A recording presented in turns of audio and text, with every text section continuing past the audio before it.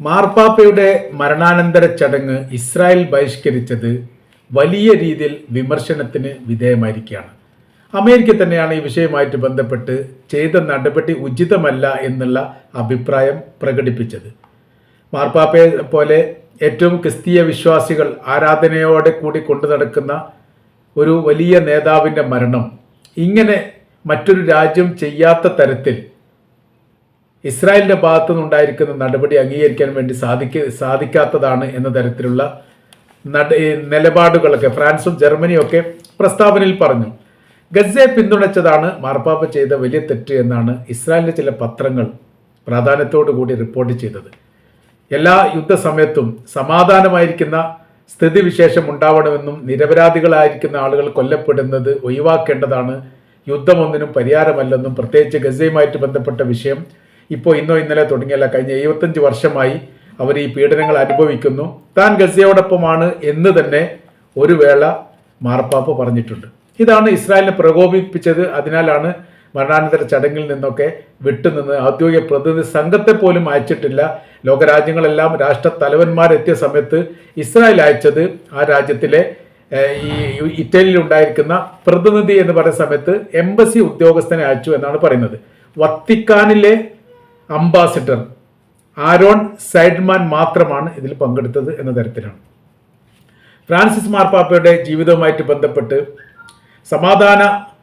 സമാധാനം ആഗ്രഹിക്കുന്നവർക്ക് വല്ലാത്ത രീതിയിൽ ആശ്വാസം പകരുന്നതും പീഡനം അനുഭവിക്കുന്നവരുടെ വിഷയത്തിലൊക്കെ ഇടപെട്ടുകൊണ്ട് സംസാരിക്കുകയും യുദ്ധവും അതിനെ കെടുതി ദുരന്തവുമായി ബന്ധപ്പെട്ട വിഷയത്തിലൊക്കെ വല്ലാത്ത രീതിയിൽ നിലപാട് പറയുകയും ചെയ്ത വ്യക്തിയാണ്. ആഗോള കത്തോലിക്ക സഭയുടെ പരമാധ്യക്ഷനാണ് മാർപ്പാപ്പ എന്ന് പറയുന്നത്. 140 കോടി വിശ്വാസികളുടെ മേലധ്യക്ഷനായിട്ടാണ് ക്രിസ്ത്യാനികൾ മാർപ്പാപ്പയെ കാണുന്നത്. ലോകം മുഴുവനും ആദരിക്കുന്ന ഒരു വലിയ വ്യക്തിയാണ്. അന്താരാഷ്ട്ര ഭരണ തലവന്മാർ മുഴുവനും വത്തിക്കാനിൽ എത്തിക്കൊണ്ട് ഈ പരിപാടിയിൽ പങ്കെടുത്തു. എന്നാൽ ഇസ്രായേലിന്റെ പ്രതിനിധി എവിടെ നോക്കിയിട്ട് കാണാൻ വേണ്ടി സാധിച്ചിട്ട് ഇതാണ് വലിയ വിമർശനത്തിന് വിധേയമായത്. സൈനിക നടപടിയെ മാർപ്പാപ്പ വിമർശിച്ചു, ഗസക്ക് പിന്തുണ നൽകി. അവിടെ പട്ടിണി കിടക്കുന്നവർ യഥാർത്ഥത്തിൽ മറ്റുള്ളവർ കൊല്ലുന്നതിന് തുല്യമായിരിക്കുന്ന, കൊലപാതകത്തിന് സാമ്യമായിരിക്കുന്ന പ്രവൃത്തിയാണ് ഗസക്കാരോട് ചെയ്യുന്നത് ഇസ്രായേൽ എന്ന രീതിയിലുള്ള പരാമർശം അദ്ദേഹം നടത്തി എന്നുള്ളതൊക്കെയാണ് ഇസ്രായേൽ പത്രങ്ങൾ ഈ വിഷയമായിട്ട് ബന്ധപ്പെട്ട് വിശദീകരിക്കുന്നത്. ഫലസ്തീൻ്റെ ഉന്നത നേതൃത്വം ഇവിടെ വത്തിക്കാനിൽ എത്തിക്കൊണ്ട് ഈ മരണാനന്തര ചടങ്ങിൽ പങ്കെടുത്തു. പ്രധാനമന്ത്രി മുഹമ്മദ് മുസ്തഫ അദ്ദേഹത്തെ പ്രത്യേകപരമായ രീതിയിലാണ് ഫലസ്തീൻ്റെ പ്രസിഡന്റ് മഹ്മൂദ് അബ്ബാസ് അയച്ചിരിക്കുന്നത് എന്നുള്ളതാണ്. 2025 ഏപ്രിൽ 21 അദ്ദേഹം 88ാമത്തെ വയസ്സിൽ മരണപ്പെടുന്നത്. 2025 ഏപ്രിൽ 26 അതായത് 4 ദിവസം കഴിഞ്ഞതിന് ശേഷമാണ് റോമിലെ സെന്റ് മേരി മേജർ ബസ്ലേമിൽ അദ്ദേഹത്തെ അടക്കം ചെയ്തത്. അവിടെ വെച്ചിട്ടാണ് ഈ മരണാനന്തര ചടങ്ങുമായിട്ട് ബന്ധപ്പെട്ട വിഷയങ്ങളൊക്കെ ഉണ്ടായത്. അപ്പോൾ ഇപ്പോഴത്തെ ഈ വിഷയവുമായിട്ട് ബന്ധപ്പെട്ട് മാർപ്പാപ്പയുടെ മരണവും അതിനോടനുബന്ധിച്ച് ബന്ധപ്പെട്ട വിഷയവും അതോടൊപ്പം തന്നെ ക്രിസ്തീയ രാജ്യങ്ങൾ വേണ്ട രീതിയിൽ മാർപ്പാപ്പയെ അംഗീകരിക്കുന്നില്ല എന്നുള്ളൊരു വിമർശനം ഇതോടനുബന്ധിച്ച് തന്നെ പുറത്തു വന്നിരിക്കുന്നു. ലോകത്തിലെ ഏറ്റവും വലിയ സൈനിക ബലവും ശക്തിയുള്ള രാജ്യങ്ങളൊക്കെ ക്രിസ്തീയ രാജ്യങ്ങളാണ്. അമേരിക്കയും ബ്രിട്ടനും ഫ്രാൻസും ഒക്കെ എടുക്കുന്ന സമയത്ത് ഏറെക്കുറെ ക്രിസ്തുമത വിശ്വാസത്തെയും അതിൻ്റെ ആചാരകർമ്മങ്ങളെയും അനുകരിക്കുന്നവരും അതിന് പിന്തുണ അറിയിക്കുന്നവരുമാണ് കാത്തോലിക്ക വിഭാഗമാണ്. അവരിൽ നല്ലൊരു വിഭാഗം കാത്തോലിക്ക വിഭാഗമാണ്. എന്നാൽ ഇവിടെ ഇറ്റലിയിൽ ഒരു പ്രത്യേകമായിരിക്കുന്ന ഒരു പ്രദേശത്ത് ഒരു വത്തിക്കാൻ എന്ന് പറഞ്ഞ സിറ്റി ഉണ്ടാക്കുന്നു. അവിടെ മാർപ്പാപ്പയെ കൂട്ടിയിരുത്തുന്നു. അദ്ദേഹത്തിൻ്റെ കുറഞ്ഞ ഒരു ജനസംഖ്യയായിട്ട് അവിടെ കഴിഞ്ഞു പോകുന്നു. ആ ദേശത്തെ ആക്രമിക്കാൻ ആരും വരില്ല. കാരണം ആക്രമിക്കണമെങ്കിൽ ഈ യൂറോപ്യൻ രാജ്യങ്ങൾ മാത്രമേ അക്രമ ലോകത്ത് ഉണ്ടാക്കിയിട്ടുള്ളൂ. അവരൊരിക്കലും ആക്രമിക്കില്ല. വത്തിക്കാനെ സംബന്ധിച്ചിടത്തോളം സൈനിക ബലം ശക്തിയില്ലാത്തതുകൊണ്ട് അവർ ഒരു രാജ്യത്ത് ആക്രമിക്കാൻ പോവുകയില്ല. അങ്ങനെ യഥാർത്ഥത്തിൽ ഈ പറയപ്പെട്ട മാർപ്പാപ്പ എന്ന് പറയുന്ന ആ സംവിധാനം അതിന് തുടർച്ചയായുള്ള എല്ലാവരെയും ഒരു മൂലക്കലേക്ക് കൂടിയിരുത്തുന്ന ഒരു പ്രവൃത്തിയാണ് അമേരിക്ക ചെയ്തത്. അവർ ചെയ്യുന്ന പ്രവൃത്തി അനുസൂത്യം അവർ ചെയ്തുകൊണ്ടേയിരിക്കും. അപ്പോൾ ക്രിസ്തീയ ഭരണാധികാരികളൊക്കെ ലോകത്തിലെ രാജ്യങ്ങൾ ഉണ്ടാക്കുന്ന കെടുതിയും പ്രശ്നങ്ങളും യുദ്ധവും അതുമായി ബന്ധപ്പെട്ട വിഷയത്തിലൊന്നും പ്രത്യേകിച്ച് റോളൊന്നും മാർപ്പാപ്പയ്ക്കില്ലെന്നും മാർപ്പാപ്പ അത് പറയുന്നതിനെ മറ്റു രാജ്യങ്ങളൊന്നും മുഖവിലേക്ക് എടുക്കുന്നില്ല എന്നുള്ള വിമർശനമൊക്കെ ഇതിനു മുമ്പ് ഉണ്ടായതാണ്.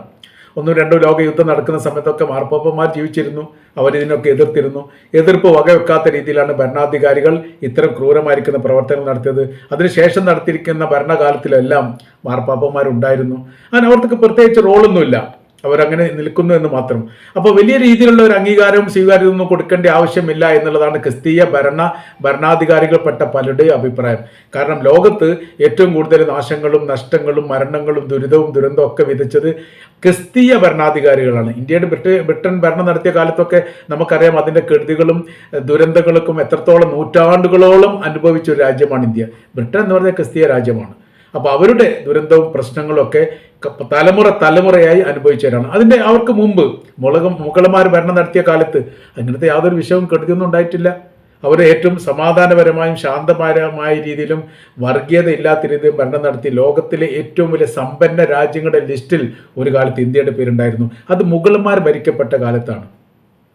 എന്നാൽ അവരെ അട്ടിമറിച്ചുകൊണ്ട് ബ്രിട്ടീഷുകാർ ഭരണത്തിലേറിയ സമയത്ത് പിന്നീടുണ്ടായിരുന്ന അവസ്ഥ എന്ന് പറഞ്ഞാൽ വളരെ ദയനീയമായിരുന്നു. ദാരിദ്ര്യവും പട്ടിണിയും പ്രയാസവും ബുദ്ധിമുട്ടും അല്ലാത്ത ഒരു അവസ്ഥയും നെഹ്റുവിൻ്റെ ഭരണകാലത്തോടനുബന്ധിച്ച് ഇന്ത്യയിലില്ലായിരുന്നു. പിന്നീട് അവർ ഇന്ത്യൻ നാഷണൽ കോൺഗ്രസിൻ്റെ ഭരണത്തിൽ അത് പടുത്തുയർത്തപ്പെട്ടതാണ്. മുഗൾ സാമ്രാജ്യ കാലത്ത് ഉണ്ടാക്കിയിരിക്കുന്ന വസന്തമായിരിക്കുന്ന കാലഘട്ടമൊന്നും ബ്രിട്ടീഷുകാരുടെ കാലത്ത് അവരുണ്ടാക്കിയിട്ടില്ല. അവർ പരമാവധി രാജ്യത്തെ കൊള്ളയടിച്ചുകൊണ്ട് ബ്രിട്ടനിലേക്ക് കൊണ്ടുപോകുന്ന പ്രവൃത്തികളാണ് ചെയ്തത്. നമുക്കത് അറിയാവുന്നതാണ്. അപ്പോൾ ഇവിടെ ഈ വിമർശനത്തിന് വിധേയമാകുന്ന ഒരു പരാമർശമൊക്കെ മാർപ്പാപ്പയുടെ പേരിൽ വരുന്ന സമയത്ത് അവരൊരിക്കലും ക്രിസ്തീയ വിശ്വാസത്തിൻ്റെ യഥാർത്ഥമായിരിക്കുന്ന അടിസ്ഥാന തത്വങ്ങളൊന്നും അംഗീകരിക്കാത്തവരാണ്. അങ്ങനെ ഇടയ്ക്കിടയ്ക്കൊക്കെ ഇങ്ങനെ വിമർശിക്കുന്ന സമയത്താണ് പ്രത്യേകമായിരിക്കുന്ന ചെറിയ രാജ്യം ഉണ്ടാക്കിക്കൊണ്ട് വത്തിക്കാൻ്റെ പരമാധികാര സ്ഥാനത്തിരുത്തിക്കൊണ്ട് മാർപ്പാപ്പയെ ഒതുക്കിയിരിക്കുന്നത് എന്നുള്ളതാണ്. മാർപ്പാപ്പ തന്നെ ചില സമയത്തൊക്കെ ഈ അമേരിക്ക പോലെയുള്ള അല്ലെ ബ്രിട്ടനും ഫ്രാൻസും പോലെയുള്ള രാജ്യങ്ങളുടെ ക്രൂരമായിരിക്കുന്ന നിലപാടുകൾ വിമർശിച്ച് തന്നെ പറയാറുണ്ട്. അതിനെതിരെ ഭരണാധികാരികൾ വിമർശിച്ച് മറുപടി പറയാറുണ്ട്. ഈ രീതിയിലാണ് യഥാർത്ഥത്തിൽ പോകുന്നത്. അതുകൊണ്ട് ഇസ്രായേൽ പറയുന്ന കാര്യം എല്ലാ ഈ ക്രിസ്തീയ രാജ്യങ്ങളും സമ്പൂർണമായ രീതിയിൽ അംഗീകരിക്കുന്ന നേതാവൊന്നുമല്ല മാർപ്പാപ്പ. അയാളുടെ നയങ്ങളും നിലപാടുകളും എല്ലാ കാര്യത്തും അംഗീകരിക്കാൻ വേണ്ടി സാധിക്കുകയില്ല. UN സഭയുടെ സെക്രട്ടറി ആയിരിക്കുന്ന ആന്റോണിയോ ഗുട്ടറസ് പറഞ്ഞ സമീപനമാണ് ചില സമയത്തൊക്കെ മാർപ്പാപ്പയുടെ ഭാഗത്തുനിന്ന് ഉണ്ടാകുന്നത്. അതായത് അവർ പറഞ്ഞത് ഹമാസിൻ്റെ അക്രമത്തെ ന്യായീകരിച്ചുകൊണ്ടാണ് UN സ്റ്റേറ്റ് സെക്രട്ടറി ജനറൽ പറഞ്ഞത് ഒരു സുപ്രഭാതത്തിൽ ഉണ്ടായതല്ല ഈ അക്രമം എന്ന് പറഞ്ഞത് അത് പതിറ്റാണ്ടുകളായിരിക്കുന്ന പ്രയാസത്തെയും ബുദ്ധിമുട്ടിനാലെയും പലസ്തീൻ നടത്തിയതാണ് എന്ന് ന്യായീകരിച്ചുകൊണ്ട് പറഞ്ഞു. സമാനമായ രീതിയിലാണ് ഈ മാർപ്പാപ്പയും പറഞ്ഞ് തങ്ങളെ വിമർശിച്ചു, അതോടൊപ്പം തന്നെ പലസ്തീനെ ന്യായീകരിച്ചു. രണ്ട് തെറ്റാണ് അവർ കാണുന്നത്. അപ്പോൾ ഇതൊന്നും അംഗീകരിക്കാൻ വേണ്ടി പറ്റില്ല എന്ന് പറഞ്ഞുകൊണ്ട് അവർ മാറി നിന്നു എന്നുള്ളതാണ് ഇസ്രായേലിൻ്റെ പ്രധാനമന്ത്രിയോ ബന്ധപ്പെട്ട ഔദ്യോഗികപരമായിരിക്കുന്ന അധികാരികളോ യഥാർത്ഥത്തിൽ ഈ മരണാനന്തര ചടങ്ങിൽ പങ്കെടുക്കാത്തതും പല ഭരണത്തലവന്മാരും ഇസ്രായേലിനെ ശ്രദ്ധിക്കുകയും ചെയ്തു എന്നുള്ളതാണ്. കാര്യം എന്ന് പറയുന്നത് മരണത്തോടു കൂടി, പ്രത്യേകിച്ച് ഒരു കാത്തോലിക്ക വിഭാഗത്തിൻ്റെ ലോകാടിസ്ഥാനത്തിലുള്ള നേതാവ് എന്ന നിലക്ക് അദ്ദേഹത്തിൻ്റെ മരണത്തെ യഥാർത്ഥത്തിൽ ദുഃഖത്തോടു കൂടിയാണ് ലോകം കാണുന്നത്. അതിൽ ഇസ്രായേൽ ഒഴികെ എന്നുള്ള പരാമർശം വരുത്താത്ത രീതിയിൽ ഒപ്പിക്കേണ്ടിയിരുന്നു. ആരോൺ സൈഡ്കാൻ എന്ന് പറയുന്ന ഈ വത്തിക്കാൻ്റെ അംബാസഡർ മാത്രമാണ് അതിൽ പങ്കെടുത്തത്. ഭരണത്തലവന്മാർ, ലോകത്താകമാനമുള്ള ഭരണത്തലവന്മാർ മുഴുവൻ പങ്കെടുത്തപ്പോഴും ഗസയെ പിന്തുണച്ചു എന്നതിൻ്റെ പേരിൽ മാർപ്പാപ്പയുടെ മരണാനന്തര ചടങ്ങിൽ നിന്ന് ഇസ്രായേൽ സർക്കാർ മാറി നിന്നത് എല്ലാ കാലത്തും വിമർശനത്തിന് വിധേയമാകുന്ന കാര്യം തന്നെയാണ് എന്നാണ് പല മീഡിയകളും ഈ വിഷയവുമായിട്ട് ബന്ധപ്പെട്ട് അഭിപ്രായപ്പെടുന്നത്.